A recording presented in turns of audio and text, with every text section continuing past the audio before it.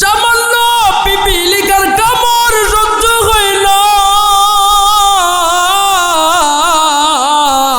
আল্লাহ পাক রব্বুল আলামিন জানে দে রে মানুষ,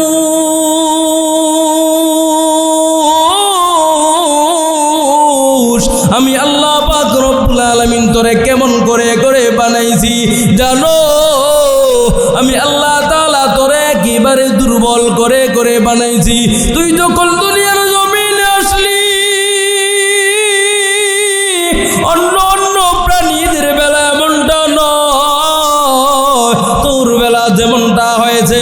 জিরাফের দিকে তাকাও না, জিরাফের বাচ্চাটা যখন জিরাফের উদর দিকে ভূমিষ্ঠ হয় পৃথিবীর জমিনে চলে যখন চলে আসে, আসতে দেরি হয়, জমিনের উপরে খাড়া যাইতে দেরি হয় না। আর মানুষ কেমন দুর্বল জানো? খাড়াইবে অনেক পরের কথা, নিজের খাবারটা যে খাবে মানুষের এতটুকু পরিমাণ শক্তি ছিল না, ঠিক না বেঠে? আজ দেখা না, তুমি আমি যখন ছোট ছোট ছিলাম, একেবারে ছোট বাচ্চা ছিলাম, খাবারের কথা বলতেও পারতাম না, কোনো কিছু বলতে পারি না, শুধু এতটুকুই ওয়া ওয়া বলে কান্না করতে পারতাম। আল্লাহ পাক রব্বুল আলামিন জানে দেয় এত দুর্বল একটা প্রাণীকে আমি আল্লাহ তাআলা আস্তে আস্তে করে বড় কইরা দিলাম। মানুষের দিকে তাকাও না, গাধার দিকে তাকাও না, ঘোড়ার দিকে তাকাও না। এর মানুষ, একটা গাধা মাইলকে মাইল জমিন জানে দে আমি আল্লাহ তাআলা এই দুর্বল প্রাণীর উপরে আমার কোরআনুল কারীমটাকে নাজিল কইরা দিলাম। সুবহানাল্লাহ, আওয়াজ দেখো না। ইন্না নাহনু নাযালনা যিকরা ওয়া ইন্না লাহু লাহাফিজুন। আল্লাহ পাক রব্বুল আলামিন জানে দে আমি আল্লাহ পাক রব্বুল আলামিন এই কোরআনুল কারীমটাকে মানুষের উপর নাজিল কইরা দিলাম। মাগাহার হেফাজতের দায়িত্ব আমি আল্লাহ পাক রব্বুল আলামিনের হাতে রেখে দিলাম। সুবহানাল্লাহ, কেউ এই কোরআনুল কারীমটাকে ধ্বংস করতে পারবে না। যারাই ধ্বংস করতে পারবে এরাই জমিনের ভিতরে একেবারে ধ্বংস হয়ে যাবে, ঠিক না বেঠে? আবু জাহেলের দিকে তাকাও না, আবু লাহাবের দিকে তাকাও না, কোরআনটাকে ধ্বংস করতে এসেছিল, মাগার পারে নাই, পারে নাই, পারে না। এর বন্ধু আমার কেমন করে করে বুঝাইলে যে বুঝবা? ইতিহাসের দিকে তাকাও না, আজ থেকে 100 বছর পূর্বের ঘটনা বলে দিয়েছি। হিন্দুস্তানের ভিতরে 15,000 চাইতে বেশি উলামায়ে কেরামকে গাছের সাথে উলঙ্গ করে করে ফাঁসি দেওয়া হয়েছিল। মাকসাদ একটাই, কারণ একটাই ছিল, কোরআনকে জমিন থেকে ধ্বংস করে দেওয়া। মাগাহার আজ অব্দি পর্যন্ত কোরআন আছে নাকি নাই? আছে না নাই? থাকবে কি থাকবে না? অবশ্যই অবশ্যই থাকবে। আল্লাহ পাক রব্বুল আলামিন জানে দে এর বেদিনের দল কোরআনুল কারীমটাকে ধ্বংস করতে চাইবি, আমার ওলামায়ে কেরামদেরকে ধ্বংস করতে চা, ফাঁসির কাস্টে ঝুলাইবি, কোনোদিন বরদাস্ত করব না। আমি আল্লাহ পাক রব্বুল আলামিন এই ভারতের জমিনটাকে আমি আল্লাহ তাআলা এমন ভাবে কবুল কইরা নিব, সারা পৃথিবীর জমিনের ভিতরে ভারতকে কোরআনুল কারীমের মারকাজ বানায় দিব, ঠিক না বেঠে? আজকে কোরআনের মারকাজ যাকে বলা হয় দারুল উলুম দেওবন্দ, ঠিক না বেঠে? এর বন্ধু আমার, সামান্য এই স্বৈরাচারী তো একেবারে দুর্বল নারী মানুষ, তার চাইতে অধিক শক্তিশালী কোনো পুরুষও কোরআনের আওয়াজকে বন্ধ করতে পারে না। আল্লাহ পাক রব্বুল আলামিন জানে দে না না তোরাও কোনোদিন ধ্বংস করতে পারবি না। যারা ধ্বংস করতে পারবে এই দেশের ভিতরে কোনোদিন জায়গা হবে না, ঠিক না বেঠে? দেশে আগুন লাগায়া জনগণ পুড়ায়া পালায়া ছাইড়া গেলে ঢাকা, ঘন ঘন্টা এখন ফাঁকা, ঠিক না বেঠে? দেশে আগুন লাগায়া আলেমদের জ্বালায়া, দেশে আগুন লাগায়া আলেমদের জ্বালায়া পালায়া ছাইড়া গেলে ঢাকা, ঘন ঘন্টা এখন ফাঁকা, ঠিক না বেঠে? তুমি অধিকারের কথা বললে বলেছিলে রাজাকার, জনগণ বুঝে গেল তুমি বড় স্বৈরাচার, ঠিক না বেঠে? ও তোমার নেই যে শরম লাজ, তুমি বড়ই নাটকবাজ, কাউয়া করে না আর কাকা, ঘন ঘন্টা এখন ফাঁকা, জানা নাই? এরে বন্ধু আমার, এদের থেকে শিক্ষা নিতে হবে। কোরআনের আওয়াজ কি যারা বন্ধ করতে পারবা, আল্লাহ পাক রব্বুল আলামিন জানে দেয় তোদের দেশ সারা করবো শুধু এটার ভিতরে, এখান তো না, যেই দেশের ভিতরে ঢুকবার চাইবি আমি আল্লাহ তাআলা ঢুকবার দিব না,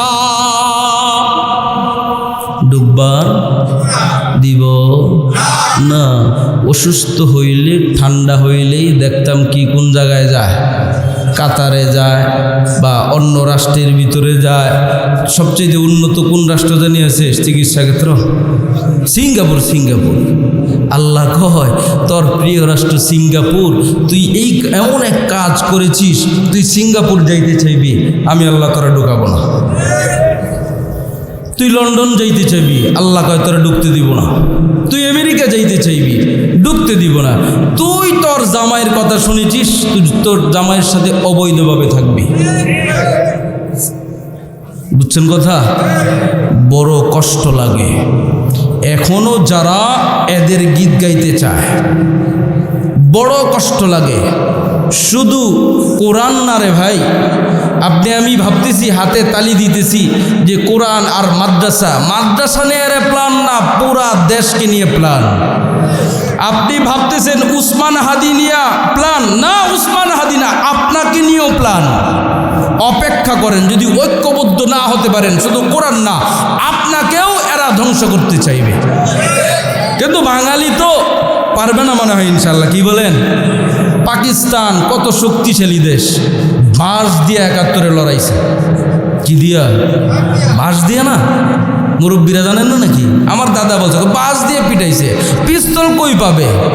তো এই জামানায় যারা আসতে চাও, ঐক্যবদ্ধ যদি থাকতে পারি, বাঁশও লাগবে না, নারায়ে তাকবীরের স্লোগানে দেশ ছাড়তে বাধ্য হবে ইনশাআল্লাহ। আল্লাহ বলেন কোরআনকে ধ্বংস করতে চাবি না, পারবি না। না না, যারাই কোরআনুল কারীমটাকে ধ্বংস করতে এসেছিল তারাই ধ্বংস হয়ে যায়।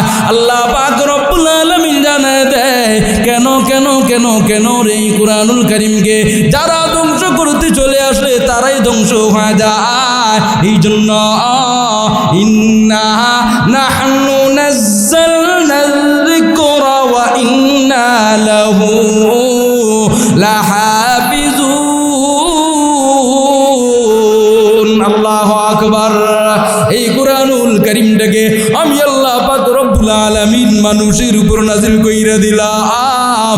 মাগাহার ইবাদতের দায়িত্ব আমি আল্লাহ তাআলার হাতে রেখে দিলাম। কার হাতে? কার হাতে? আল্লাহ পাক রব্বুল আলামিনের হাতে রেখে দেয়। আল্লাহ পাক রব্বুল আলামিন জানাতে মানুষ যদিও দুর্বল, আমি মানুষের উপর কোরআনটাকে নাযিল কইরা দিলাম। পাহাড়কে যখন দিতে চাইলাম, পাহাড় জানে দেও গো আল্লাহ এমনি এমনি আছি, অনেক ভালো আছি, বেয়াদবি করতে চাই না, কোরআনের ভার রক্ষণাবেক্ষণের দায়িত্ব নিতে পারবো না। মনে হয় আমার আপনার চাইতে পাহাড়টা একেবারে দুর্বল দুর্বল। জমিন একই কথা জানা দেও গো আল্লাহ, বার সহ্য করতে পারবো না। এই জমিনটা এমন করে করে জানায় দেয়, আকুতি মিনতি করে করে জানায় দেয়, আসমানও আকুতি মিনতি করে করে জানায় দেয় গো আল্লাহ আমাদের উপর দিবা না। মাগার আল্লাহ পাক রব্বুল আলামিন জানিয়ে দেয়, মানুষ যদিও দুর্বল মানুষের উপর নাজিল কইরা দিলাম, মাগার হেফাজতের দায়িত্ব আমি আল্লাহ পাক রব্বুল আলামিনের হাতে রেখে দিলাম। যার জন্যই দেখো না যারা এ কোরআনের বিরোধিতা করতে চইলা সেরাই ধ্বংস হয়ে যায়, ঠিক না বেটি? আল্লাহ পাক রব্বুল আলামিন জানা দেয়, উদাহরণ না দিলে বুঝবার না। আমি আপনি যখন ছোট ছিলাম বাবাকে দেখতাম ব্যাগের বাজারটা নিয়া ঘরের ভিতরে যখন আসতেছে সন্তান নেওয়ার জন্য পায় তারা করতো কি করতো না? আমার উপরে দিয়া দা, আমার উপরে দিয়া দা, ঘর থেকে আওয়াজ দিয়া দে না না এর উপরে দিতে পারবা না, ও সহ্য করতে পারবে না। বাবা জানা দেয়, যদিও বাহ্যিক দৃষ্টিতে দেখতেছ আমার সন্তানের উপর 10 কেজি ওজনের ব্যাগটা আমি বাবা হয়ে দিয়ে পাঠায় দিলাম, চিন্তার কোনো কারণ না, পরিপূর্ণ ভার আমি বাবার হাতে রেখে দিলাম। সুবহানাল্লাহ। আল্লাহ পাক রব্বুল আলামিন জানায় দেয়, এত ভারী কুরআনুল কারীমটাকে জমিন গ্রহণ করতে চায় না, এত শক্তিশালী হওয়ার পরেও পাহাড়ের মতো শক্তিশালী না কুশ করে দেয়, গ্রহণ করতে চায় না। মাগার মানুষের উপর নাজিল কইরা দিলাম, বাহ্যিক দৃষ্টিতে শুধু এতটুকুর ভিতরে কিন্তু মানুষের উপর আল্লাহ পাক রব্বুল আলামিন নাজিল করেছে মাগার হেফাজতের দায়িত্ব। বলো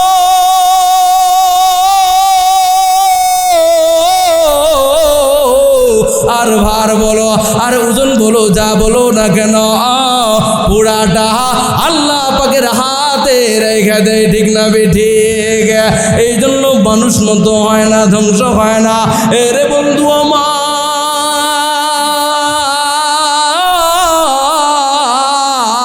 কুরআনুল কারীমের আওয়াজ মজা লাগে না আজকে?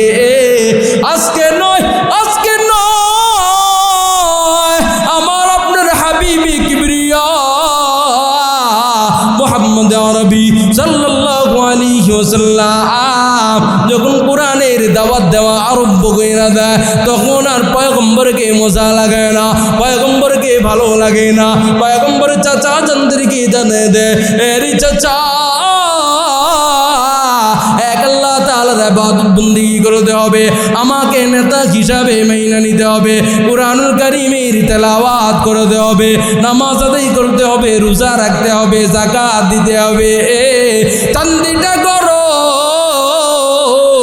হায় রে মোহাম্মদ পাগল হয়ে গিয়েছে, নাউজুবিল্লাহ, নাউজুবিল্লাহ কয় না?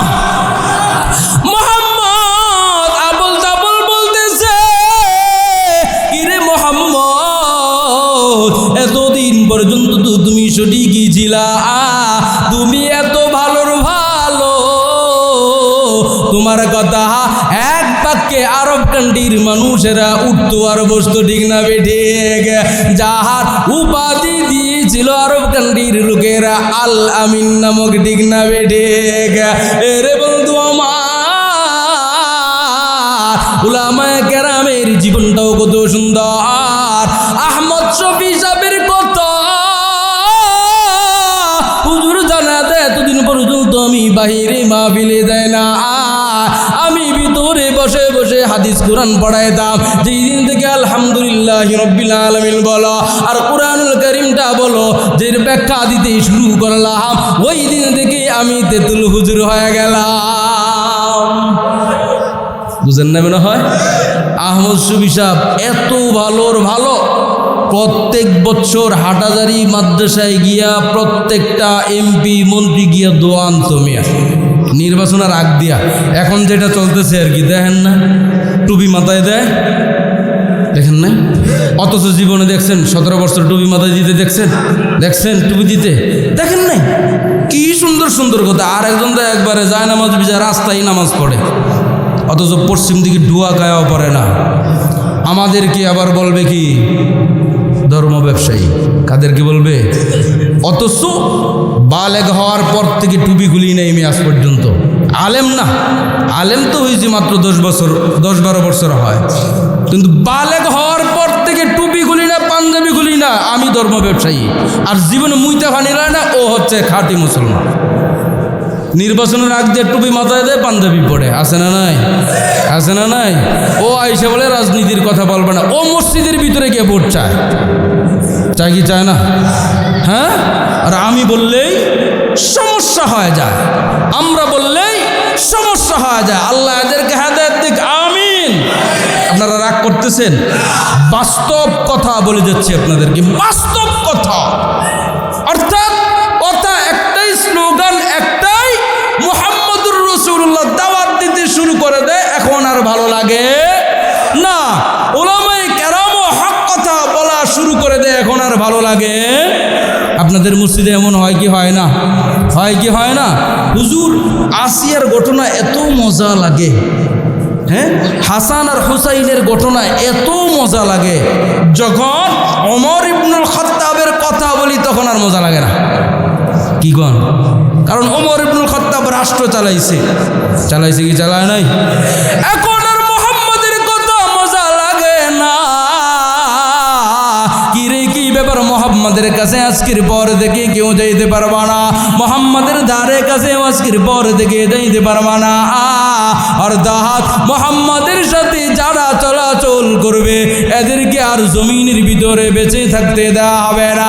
মুহাম্মাদের সাথে কথা বলা একেবারে স্টিম রুলার চালু কইরা দেয়, কেউ কথা বলতে পারবা না, কেউ কথা বলতে পারবে না। ভাই মিলাইবেন, দেখবেন ওলামায়ে কেরামের সাথে আর পয়গম্বরদের সাথে যারা যা করেছে মিল আছে না নাই, শুধু একটু মিলায় দেখবেন। ঘটনা তো হইতে পারে সবার কাছে পরিচিত, কিন্তু মিলা পয়েন্ট টু পয়েন্ট মিলায় দেখবেন। রসুলের সাথে কথা বলা নিষেধ, চলা নিষেধ, তার কাছে যাওয়া নিষেধ। আলেমদেরকে জেলখানায় বন্দি করলো, জেলখানায় বন্দি করার ভিতরে ক্ষান্ত নয়, কথা বলা নিষেধ করে দিল, সাক্ষাৎ করা নিষেধ করে দিল, পরিবারকে পর্যন্ত কথা বলতে দেয় নাই। মিল আছে? মিল আছে? মিল। পয়গম্বর হাবিবে কিবরিয়া মুহাম্মদুর রাসূলুল্লাহ সাল্লাল্লাহু আলাইহি ওয়াসাল্লাম দাওয়াত দেওয়া বরণ বন্ধ করে দেয় না, চলতেছে দাওয়াত। মুহাম্মদ আরবি সাল্লাল্লাহু আলাইহি ওয়াসাল্লাম দাওয়াত দিচ্ছে, আর আবু জাহেল আবু লাহাব মিলে সবাইকে মানা করে দেয়, মুহাম্মাদের কাছে কেউ যাইতে পারবা না, মুহাম্মাদের সাথে কথা বলতে পারবা না। এখন থেকে আর কেউ যাওয়ারও সাহস পায় না, মাগার পালায়া পালায়া যাওয়ার জন্য বেকার। আর সুবহানাল্লাহ। এরে বন্ধু আমার, আবু জাহেল ঘুমাইতে যায়, আবু লাহাব ঘুমাইতে যায়। আবু লাহাবের বিবি বাল বাচ্চাদেরকে নিয়ে ঘুমানোর জন্য প্রস্তুতি যখন হয় যায়, চালটা ছিল শীতকাল নয়। সিরাতের কিতাবের ভিতরে এমন করে করে উল্লেখ করা হয়, গরমকালে আবু জাহেল ঘুমানোর জন্য যায়। আবু জাহেল জানায় দেয়, কি রে, কি ব্যাপার, আজকে কেন ঘুম আসতেছে না, চোখ তো দুই পা পাতা একত্রিত হইতেছে না। আবু লাহাবেরও একই অবস্থা, পুরা ঘরের ভিতরে যারাই শুয়ে শুয়ে ঘুমানোর ট্রাই করতেছে, কারো চোখের ভিতরে ঘুম না। আল্লাহ পাক রব্বুল আলামিন জানাবে, তোরা কোরআনের আওয়াজকে বন্ধ করে করে আরামের সহিত ঘুমাবি, কোনোদিন আমি আল্লাহ হইতে দিব না, কোনোদিন হইতে দিব না। আবু জাহেল চটপট করতেছে, আবু লাহাব ছটপট করতেছে। হঠাৎ করে করে উঠে দুইটা কম্বল দিয়া মোড়া দিয়া ঘর থেকে যখন বের হইতে আরম্ভ কইরা দেয়, বিবি টাইনা ধরে, কই যাও? ধরবে না? আজকে রাত একটু ট্রাই করে দেখে, রাত যখন 2টা বাজে